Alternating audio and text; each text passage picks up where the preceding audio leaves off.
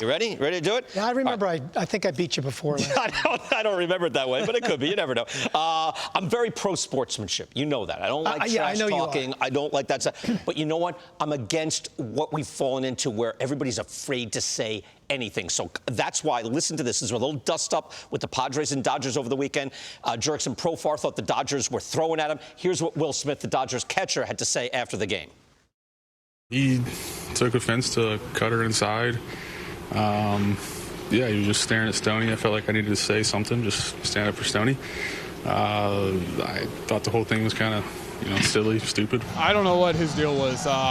He thought we were trying to throw at him. I don't know why we would have thrown at him. He's kind of irrelevant.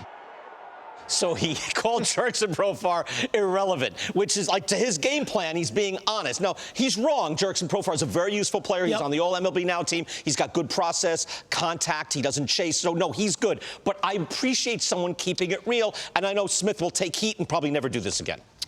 I hope he doesn't. I like it when players stand up for other players. I think that's good. It's got a rivalry going now with the Padres, too. I think it adds a little bit of... Yeah, but don't you like it when he said something that was... It was a little pointed. It was post-game, but there was a little reality to it. I don't think it was over. Yeah, no, BK, I have nothing to disagree with you on that one. All right, so you're all right with that? I'm all right with that. I'm not all right with the next one. All right, the next one is, I'll get right. John Schneider of the Blue Jays was asked last year, but it was a leading question. They go, what makes Cal Raleigh so tough to pitch to? And he said, he's not tough to pitch to. We should execute our pitches. That's keeping it real, too. Now he instigated Raleigh, because Raleigh now is still hitting home runs off him. But I like that we're getting some reality over the competition. Yeah, here's what I disagree.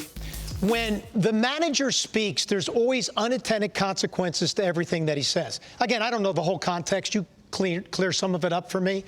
I didn't take it that he was taking a shot at Raleigh. I took it that he was taking a shot at his own pitchers. You're correct. No, you're right. But Raleigh then took offense. Yeah, I get it. But the hardest thing to do as a manager is to get your entire team to play as one, and he's telling his pitchers they're not very good.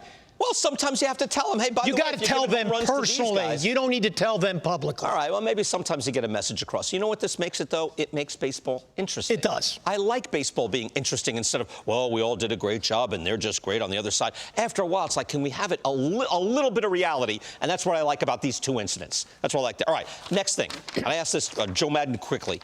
Can you rebuild in New York and Boston? Because the Mets and the Red Sox certainly could have made a choice either way. They're both trying to keep themselves in it while retrenching slightly. Can you do that? Okay, can I ask you to define rebuild? Is it remodeling, or is it tearing it to the studs? It's you don't have to do a full Astros-Cubs rebuild where you're going down drastically. But yes, it is bringing the payroll back, reinvesting in your players that will make your next playoff team. Meaning the Mets are still trying to make these playoffs, right? So the Red Sox are still trying to make these playoffs. I would say take a year out of the playoffs, maybe two, to come back stronger.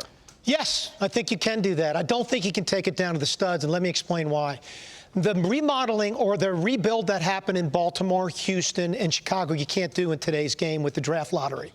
So like the A's were terrible a few years ago, they didn't pick in the top 3 with the draft lottery. Right. So you can't just count on accumulating draft picks and pool money and more pool money for your Latin American signings.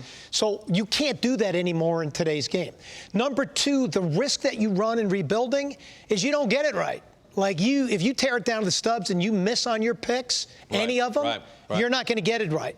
Those clubs didn't miss. You know, I would say, though, too, so you think you can bring it back a little bit? I think remodel, not rebuild. You got to be careful. Right. The Red Sox, though, too, like they have finished in last place. It's not like, well, we can't in this town finish in last place. No, you do half the time. BK, I think Heim was trying to do that there. I mean, I think he was trying to kind of retrench a little bit. And they found it unacceptable. Correct. And he's out. And that's the problem. I think you have to have the humility, even if you're in New York or Boston, to think maybe we have to bring it back, to come back stronger and have a run. I actually think David Stearns couldn't do that economically this year because the bulk of his payroll is being paid out to players that aren't there anymore. But he would like to do I think he built his roster kind of that way this year. Yeah, he's trying to do both at the same time. All right, how about this? Over the weekend, Andrew McCutchen hit his 300th home run. Salvador Perez hit number 250. If you're building a franchise, which player would you take? Tough one, because I think Andrew McCutchen is a great player, borderline Hall of Famer, but I'm taking the catcher. For me, the catcher is the heartbeat of your defense. He's the emotional connection to your pitcher. Everything starts from him. And when you can get a catcher that caught the way Salvi did for all those years, hit home runs, doesn't walk, low on base percentage guy, it's probably going to hurt him in the Hall of Fame. But he was the emotional glue. He was the MVP of the World Series that they won. He was the emotional glue for me that held that entire team together. It's just so hard to find that position. In a catcher. It certainly was when he was coming up. Now there's a few more catchers. And I like that you picked Perez, but it's not close. I mean, McCutchen. He's a great player. McCutchen is a borderline Hall of Famer. McCutchen is better than most people think. By the way, he was a 6-win player over a 5-year stretch. Yeah, but you can't compare. That's not apples to apples. What do you mean? That's their career war. Well, one is a catcher. One that's is their OPS plus. Okay, I'm just telling you the physical challenge. I am comparing them. Well, then you go catch for 140 days and tell me how many at-bats you give away because you're physically exhausted to take that at-bat. But McCutchen is also fielding a defensive position in center field. He's not catching. But him coming up with, like, he's a 6-win player when he's Perez a great player. In his peak is a 3-win player. I mean, McCutchen is a cornerstone. I agree with you. I just think comparing a position player other than catcher with a catcher. See, I think if you compare Salvi Perez with Yadi Molina, who's going to be a first-ballot Hall of Famer, one is defense, one is offense.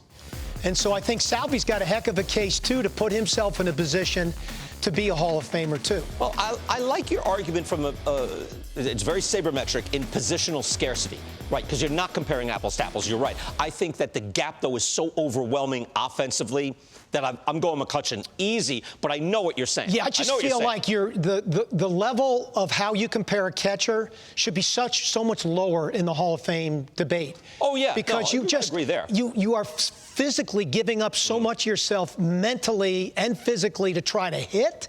Yeah. It's just a really hard position to be good offensively. I think there should be a reevaluation. I think like Joe Mauer getting in first ballot might help. Because, by the way, Jorge Posada fell off the ballot. Like, you've got guys falling off the ballot. And it's BK, ridiculous. I mean, I could make an argument on Mauer that he really wasn't a full-time catcher like Salvi was. Right. Like the bulk of his at-bats has come at the most demanding. Not his peak. His peak, he was catching. But that's the most demanding physical position in the game. Right, so you want to give more credit to Perez. Correct. All right, good. All right. Good stuff. Okay. All right, Dan.